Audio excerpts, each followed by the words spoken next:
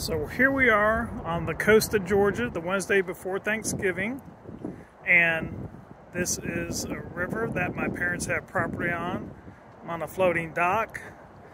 The tide is going out. It's a little early yet. You'll see that mound of oysters over there. We're almost at the prime time, but that's okay. I want to get down here a little bit earlier. Remember I told y'all about how much the tide drops?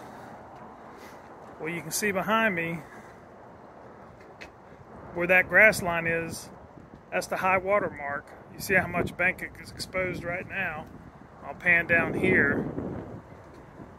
And the tide still has several more hours to drop out. We have an 8-foot tide, which is going to muddy up the water. It is overcast and windy. You might be catching some wind noise. I apologize.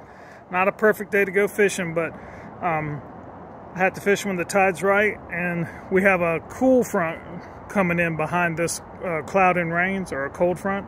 So it's going to drop down. So I don't know how good it's going to be tomorrow. And then Friday we're driving back. There's a cormorant. I don't know if you can see, he just went under. There's a cormorant fishing, which is a good sign that there's at least some bait, maybe some small trout in the creek. Sometimes there's flounder in here, sometimes there's small trout in here, sometimes there's big trout in here, sometimes there's redfish in here. In the summer, there's bluefish. Every once in a while, you'll get a juvenile cobia come up here. But the tide drops so much, I don't think you're going to be able to see it on this phone. I'm trying to zoom out. But in the middle of the creek, a sandbar is starting to form. And there's some birds standing on top of a sandbar. This creek's a little unusual. The banks here are very soft. You'll sink up to your neck. The bank over there, though, is somewhat hard sand.